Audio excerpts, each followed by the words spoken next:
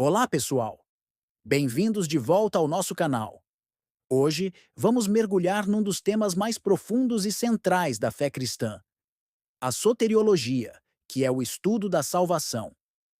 Mais especificamente, vamos tentar entender como diferentes pensadores, ao longo da história, buscaram explicar o mistério da cruz. Como a morte de Cristo na cruz nos salva? Tudo na revelação de Deus parece convergir para este ponto. A obra de Jesus. É na cruz que a santidade e a justiça de Deus se encontram com o seu amor, graça, misericórdia e paciência. É um evento tão complexo e glorioso que nenhuma teoria humana consegue esgotá-lo. Por isso, ao longo dos séculos, vários teólogos destacaram diferentes facetas desse mesmo mistério. Vamos explorar juntos as principais visões sobre a obra da cruz. Começando lá atrás, com os pais da Igreja, nos primeiros séculos do cristianismo. Para muitos deles, a cruz era vista, acima de tudo, como um grande ato de resgate e vitória. A humanidade, por causa do pecado, estava cativa, sob o domínio de Satanás e da morte. Então, Cristo, ao morrer, e principalmente ao ressuscitar, quebrou esse poder, desarmou as forças do mal e triunfou sobre elas. É a ideia de que Jesus invadiu o território do inimigo e libertou os prisioneiros. Séculos depois, um teólogo chamado Gustav Aulén batizou essa visão de Christus Victor, ou seja, Cristo, o vitorioso. A grande ênfase aqui é na vitória objetiva de Cristo sobre o pecado, a morte e o diabo. Ele não apenas nos perdoou, ele nos libertou de um tirano. Avançando para a Idade Média, encontramos Pedro Abelardo, que trouxe uma perspectiva bem diferente, conhecida como a teoria da influência moral. Para Abelardo, o foco não estava tanto em uma batalha cósmica, mas no coração humano. Ele argumentava que a cruz é a demonstração máxima e mais poderosa do amor de Deus por nós.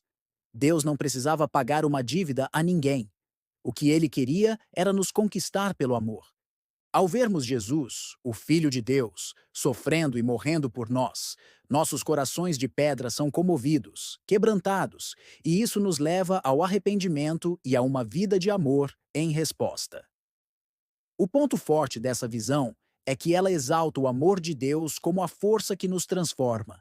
A limitação, porém, é que ela não dá tanta atenção à santidade e à justiça de Deus, nem explica a necessidade de uma expiação pelo pecado.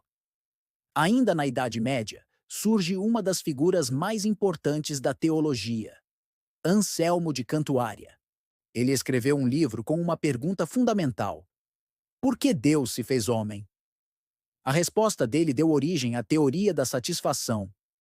Anselmo raciocinou da seguinte forma: o pecado humano não é uma ofensa qualquer. É uma ofensa contra a honra infinita de um Deus infinito. Portanto, essa ofensa exige uma reparação, uma satisfação, de valor igualmente infinito. O problema é que nenhum ser humano, finito e pecador, poderia oferecer essa satisfação. A solução divina foi genial. O próprio Deus se fez homem na pessoa de Jesus Cristo. Como homem, ele pôde representar a humanidade. Como Deus, sua vida e morte tinham um valor infinito, capaz de satisfazer a honra divina ofendida pelo pecado. Anselmo nos ajuda a entender a gravidade do pecado e mostra que a cruz não foi um ato arbitrário, mas algo que responde a uma exigência real do próprio caráter de Deus. A crítica que alguns fazem é que a linguagem dele, às vezes, soa um pouco como uma transação comercial ou um código de honra feudal, mas a profundidade da sua lógica é inegável.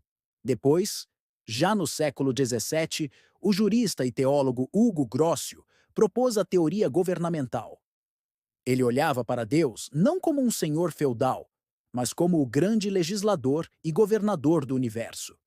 Para Grossio, o principal problema do pecado é que ele quebra a ordem moral do universo estabelecida por Deus. Se Deus simplesmente perdoasse os pecadores sem nenhuma consequência, seria como um juiz que ignora a lei. Isso enfraqueceria a autoridade da sua lei e incentivaria mais desordem. Então, a morte de Cristo funciona como uma demonstração pública e solene da gravidade do pecado e da seriedade da justiça de Deus.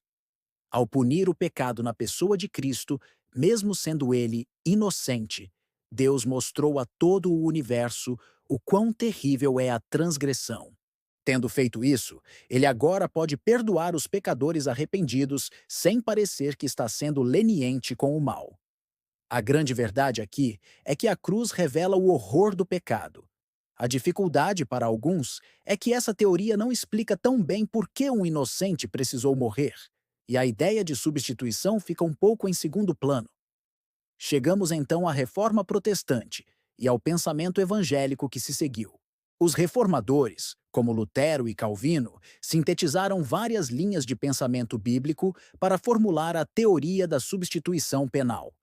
Essa é, provavelmente, a visão mais comum entre os evangélicos hoje. A ideia central é que Cristo, na cruz, literalmente tomou o nosso lugar. Ele não apenas morreu por nós, mas morreu como nós. Ele suportou a penalidade, a justa punição divina contra o pecado, que era devida a nós. Essa visão leva muito a sério a santidade de Deus, a realidade da sua ira contra o mal e a completa incapacidade humana de se salvar. Ela se conecta diretamente com o sistema de sacrifícios do Antigo Testamento, onde um cordeiro inocente morria no lugar do pecador. Encontra seu clímax em passagens como Isaías 53, que diz que o castigo que nos traz a paz estava sobre ele, e em textos do Novo Testamento que afirmam que Jesus deu a sua vida em resgate por muitos, e que Deus o fez pecado por nós. Por fim, no século XX, o teólogo sueco Gustav Aulén, que mencionei no início, olhou para toda essa história e propôs uma retomada da visão dos pais da Igreja, a do Christus Victor. Ele argumentou que, ao longo dos séculos, a teologia ocidental se concentrou demais em aspectos legais e transacionais, perdendo de vista o drama central da redenção: a vitória de Deus sobre as forças do mal. Para Aulén, a cruz não é primariamente sobre satisfazer a honra de Deus ou pagar uma dívida legal, mas sobre Deus em Cristo lutando e derrotando o diabo, o pecado e a morte, libertando assim a humanidade. Ele recupera a ideia de resgate, mas sem as noções mais antigas de que Deus teria enganado Satanás. A cruz é, antes de tudo, um ato poderoso da graça divina que nos liberta do cativeiro. Então, qual dessas teorias é a correta? A beleza da teologia está em reconhecer que nenhuma delas, sozinha, consegue explicar a totalidade do mistério da cruz. Cada pensador, em sua época e com sua perspectiva, enxergou um ângulo verdadeiro e precioso. A cruz é, sim, a maior demonstração de amor que atrai nossos corações, como disse Abelardo. É também uma vitória retumbante sobre o mal, como viram os pais da Igreja e Aulén. Ela responde a uma necessidade real de satisfação da justiça divina, como ensinou Anselmo. Ela mantém a ordem moral do universo, como apontou Grócio. E, acima de tudo, é o lugar onde Cristo se coloca em nosso lugar, como afirmaram os reformadores. O ponto que une todas essas verdades é que a cruz nasce do caráter perfeito de Deus, que é ao mesmo tempo santo e amoroso, justo e misericordioso. O objetivo final de tudo isso é a reconciliação. Restaurar o relacionamento quebrado entre Deus e o ser humano. E é essa obra completa de Cristo na cruz que depois é aplicada em nossa vida, naquilo que chamamos de ordem da salvação. O arrependimento, a fé, a regeneração, a justificação, a adoção como filhos e a perseverança até o fim. Espero que essa jornada pelas diferentes visões da cruz tenha enriquecido sua compreensão e seu amor por aquilo que Jesus fez por nós. É um mistério profundo que deve nos levar à adoração. Muito obrigado por assistir até aqui. Se você gostou deste vídeo e quer continuar aprendendo mais sobre teologia, não se esqueça de deixar o seu like, se inscrever no canal e ativar o sininho para não perder os próximos conteúdos. Fiquem com Deus e até a próxima!